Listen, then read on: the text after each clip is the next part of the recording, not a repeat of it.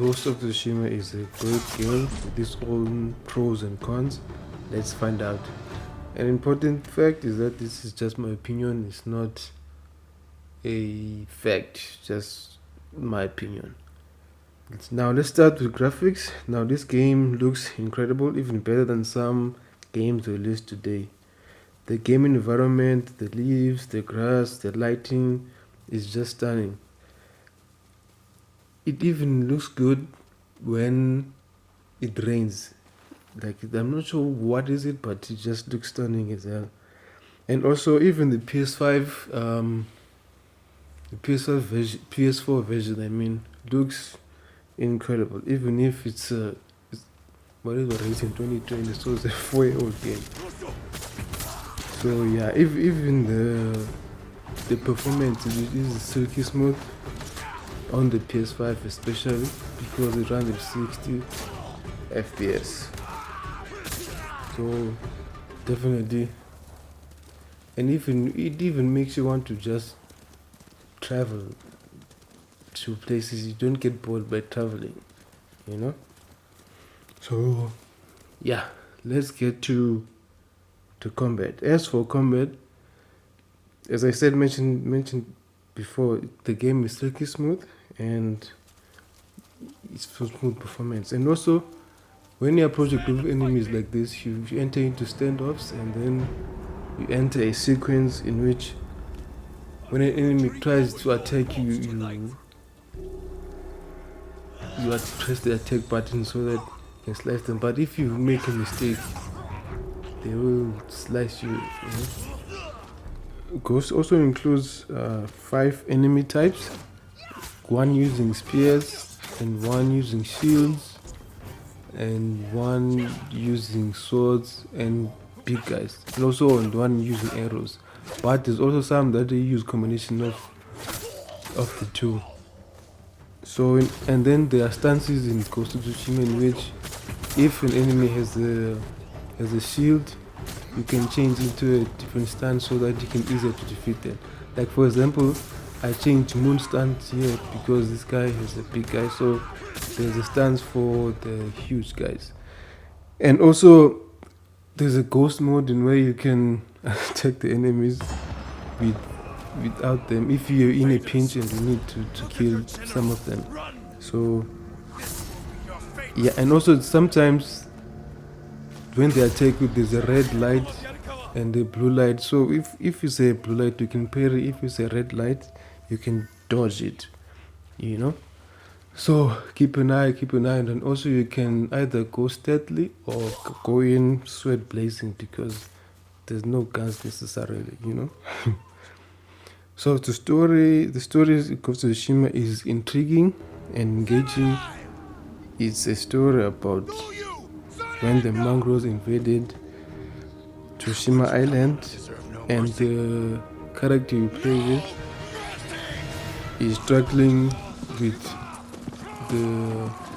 being a samurai the honorable way, or doing things the ghost way, which is seen as unhonorable in terms of the samurai. And even so, Jin tries to balance between being a samurai and also being the ghost, and trying to find if there's in between while trying to save his island from the mongrels. This game, the story will make you sad. Sometimes you might cry, you will be shocked, and sometimes you will laugh. But the one thing you should know, that it's an unforgettable experience.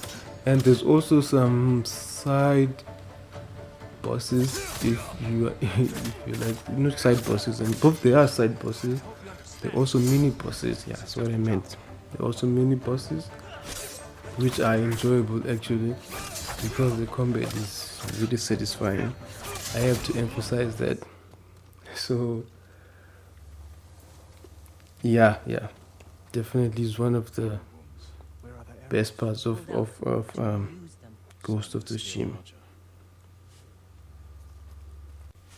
Jin, along the way, will meet characters would help him to navigate the transition from being a samurai of knowing what's the best thing to do, you know, of like what is the best way to help the people of Tsushima. So, and also Jin will also fight with his uncle because his uncle doesn't really like the way he does things. His uncle prefers to use the honorable way, the samurai way, and every time Jin kills someone from the back, he always doesn't want that. No. So even there's one point in the game where Jin starts to defy his uncle, which does not bode well to them. And also Jin is also conflicted because he wants to follow his uncle's ways, but also he sees sometimes the way his uncle does things is not always the best way. You have to take out the mongrels. So he in this game he tries to figure out the balance of both worlds, you know, and he helps out people throughout the game. And also you should do side missions because even them are actually good. You might actually enjoy the side missions. Yeah, but the story 10 out of 10 in my opinion. I know some people might say, but in my opinion.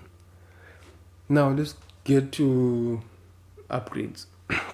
Well, the upgrade system is simple.